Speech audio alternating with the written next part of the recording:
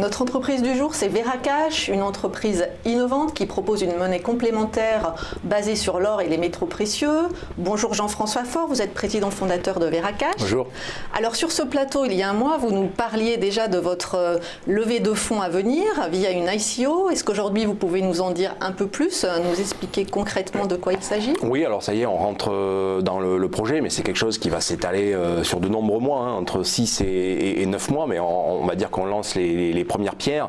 Alors pour ceux qui ne le savent pas, une ICO, c'est en fait une émission d'actifs numériques que vous pouvez acquérir contre des crypto-monnaies. Donc vous possédez des bitcoins, des ethereum, et vous pouvez donc acheter le fameux token que l'on va émettre, donc en français un jeton. Et en fait ce token il est émis par le biais d'une blockchain publique, donc qui est dans notre cas par exemple la blockchain Ethereum, et ce qui va permettre en fait ensuite de pouvoir le négocier, c'est-à-dire ceux qui l'auront acheté vont pouvoir ensuite le trader, un petit peu comme ce serait le cas avec des parts d'une société par le biais de la bourse, et ils vont l'acheter et le vendre en fonction finalement de l'intérêt qu'ils y voient, et cet intérêt va être essentiellement qualifié par le service que ce token va rendre dans notre système. Dans notre cas présent, et c'est un petit peu le cas la plupart du temps dans le cas des ICO, le token est émis avec une utilité au sein de l'écosystème où il a été créé. Donc dans notre cas, ça va permettre d'acheter par exemple acheter de l'or moins cher, s'affranchir des frais de garde, etc. Mais après il peut y avoir des choses qui peuvent être un petit peu plus complexes, et dans notre cas on va essayer de le faire, c'est d'avoir un avantage en fonction du fonctionnement de la plateforme. C'est-à-dire que plus il y aura de gens qui seront actifs, plus cet usage sera dynamique, et plus les possesseurs de tokens seront potentiellement récompensés à le posséder. Et là c'est un aspect qui est nécessairement régulé, et c'est la raison pour laquelle on va de toute manière devoir présenter notre dossier aux autorités de contrôle françaises pour s'assurer qu'on fait les choses correctement. Juste avant d'arriver sur ce point, comment est valorisé ce token? Parce qu'en bourse, on voit bien que c'est l'offre et la demande. Alors, de manière très basique, initialement, vous le valorisez. Vous le valorisez avec des spécialistes? Initialement, c'est-à-dire que oui, effectivement, on s'entoure de spécialistes qu'on appelle des advisors, donc des gens qui sont là pour vous conseiller sur cette ICO. Et ça va être déjà en fonction du besoin que vous, en tant qu'entreprise, donc nous, Veracash, on souhaite lever de fonds. En fonction de ce besoin de lever de fonds, on appréhende le nombre de tokens que l'on va émettre, et donc la valeur unitaire de ce token. Et ensuite cette valeur va fluctuer en fonction très basiquement de l'offre et de la demande. Donc si votre entreprise a des nouvelles positives à annoncer, la valeur va partir à la hausse. Si au contraire, voilà, exactement.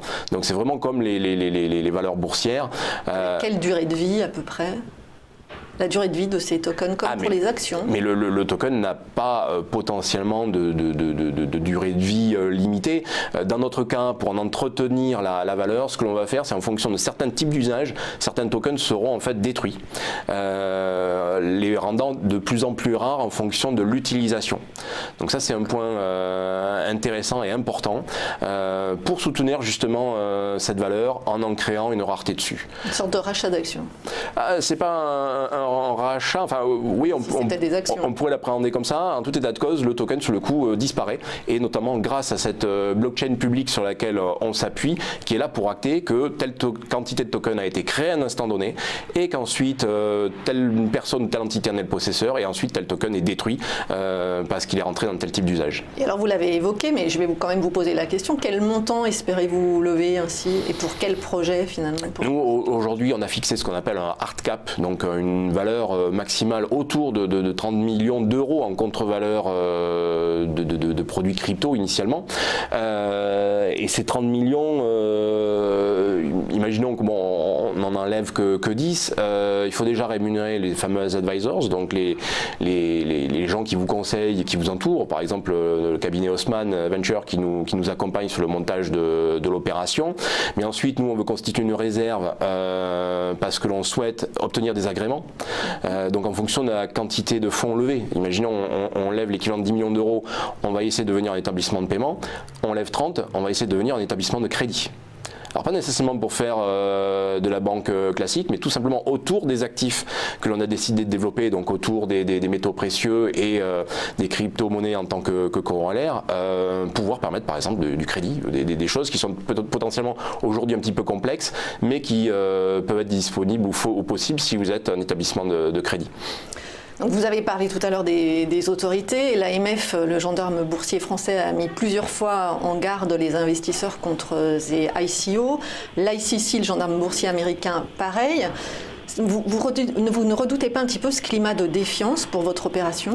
Bon, le climat de défiance est normal parce que la fonction de ces autorités est de protéger le petit porteur, l'épargnant. Donc ça c'est tout à fait logique. Pour autant, il est important de pouvoir se mettre autour d'une table et ça c'est quelque chose que l'on souhaite faire avec eux parce que les règles du jeu s'inventent en se faisant. L'ICO c'est pas une intro en bourse. D'ailleurs si on compare une intro en bourse, par exemple l'ICO ne vous dilue pas, c'est pas un partage de parts sociales, etc. Donc c'est relativement différent. Un token est comme une sorte d'actif qu'on pourrait imaginer, un actif tangible, un élément de stock, donc c'est un peu particulier. Et donc c'est pour ça qu'il faut en discuter, surtout quand on est sur un montage un petit peu complexe comme le nôtre, et pour autant on veut pouvoir le faire en France. J'ai pas envie de faire cet ICO à Gibraltar ou à Malte comme le font certains. Ouais. Justement, j'allais vous dire, les banques centrales et le FMI hier encore, au travers de sa présidente Christine Lagarde, ont alerté sur le risque de blanchiment et de financement du terrorisme lié aux crypto-monnaies. J'ai envie de vous demander comment séparer le bon grain de l'ivraie dans ce domaine. Nous, la lutte anti-blanchiment et financement du terrorisme sont notre combat au quotidien, tout simplement parce que c'est dans nos valeurs et nous, il n'est pas question d'accepter quelqu'un qui nous prend pour une blanchisseuse. Et en tout état de cause, les autorités de contrôle, et dans notre cas c'est l'ACPR, donc qui est l'autorité de régulation des banques ou assimilées, qui nous contrôle sur cet aspect-là. Donc il n'y a même pas de sujet si on doit le faire ou pas, c'est une évidence. Alors ensuite, pouvoir contrôler l'origine des crypto-monnaies qui auront permis d'acheter nos fameux tokens, c'est effectivement quelque chose qui n'est pas nécessairement facile d'emblée, et pour autant on va s'y contraindre.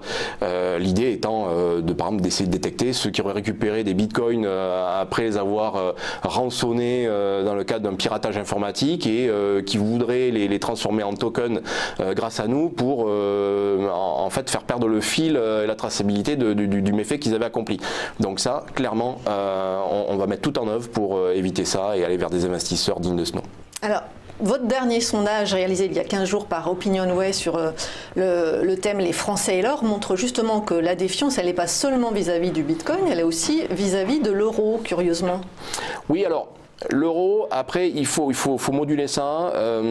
C'est-à-dire que il ne faut pas voir comment dire, une sorte de combat des Français contre l'euro, parce que c'est une sorte de relation amour-dédain. Mais pour autant, l'euro est notre monnaie, donc c'est quelque chose que l'on ne discute pas. Je pense que c'est plutôt une défiance par rapport aux monnaies traditionnelles, ce qu'on appelle les monnaies dettes en fait, puisque c'est la manière dont elles sont émises, où là effectivement les Français, soit de manière très concrète parce qu'ils le savent, ou de manière intuitive, se disent que ce sont des monnaies qui ont quelque chose qui cloche. Ils disent que ce sont des monnaies qui ne sont peut-être pas en phase avec les accords que l'on doit tenir sur par exemple la COP21, ce sont des monnaies qui sont plutôt dans des logiques spéculatives, etc. Donc ils y voient quelque chose qui cloche, et ils se disent que l'or pourrait être une meilleure monnaie que l'euro, et là sur le coup ils sont assez nombreux à le penser puisqu'ils sont 38%, ce qui est en plus quelque chose qui part à la hausse par rapport à d'autres sondages qu'on avait fait dans le passé, et ils se positionnent aussi sur les crypto-monnaies. On a quasiment 20% des gens qui pensent que les crypto-monnaies peuvent être meilleures que l'euro, donc c'est assez incroyable. Et le plus drôle, c'est que d'ailleurs ceux qui se positionnent, ces fameux 20% quasiment sur les crypto-monnaies, considèrent à plus de 70% que l'or pourrait être une meilleure monnaie que l'euro. Donc de là à se demander si finalement les crypto-monnaies n'ont pas occupé une place vacante que l'or aurait dû occuper, mais qui n'a pas su faire parce que basiquement plus aucune instance n'était en mesure de le gérer ou de le proposer comme une sorte de monnaie un peu open source, un peu monnaie collective, que les cryptos, elles, ont su concrétiser. Et cette population qui dit à 19% oui que les cryptos pourraient être une meilleure monnaie que l'euro, le pense même plus que comparé au Bitcoin. J'allais vous dire, quelle perspective pour conclure pour votre monnaie complémentaire basée sur l'or? Écoutez, nous là clairement, ce sondage déjà nous prouve qu'il faut absolument qu'on s'accroche dans ce projet. Ça veut dire que ceux qui veulent nous rejoindre sur cet ICO vont sur un projet qui n'est pas un projet PowerPoint comme on dit, c'est sur le coup ainsi sur une réalité à la fois côté utilisateur et évidemment aussi du côté de notre équipe, puisqu'aujourd'hui on est une équipe opérationnelle. Veracash fait du chiffre d'affaires, on a des milliers d'utilisateurs déjà en France, donc maintenant l'idée c'est en s'appuyant sur ce socle, pouvoir rentrer dans une logique de croissance et de s'ouvrir au reste du monde et partager les valeurs qui nous animent.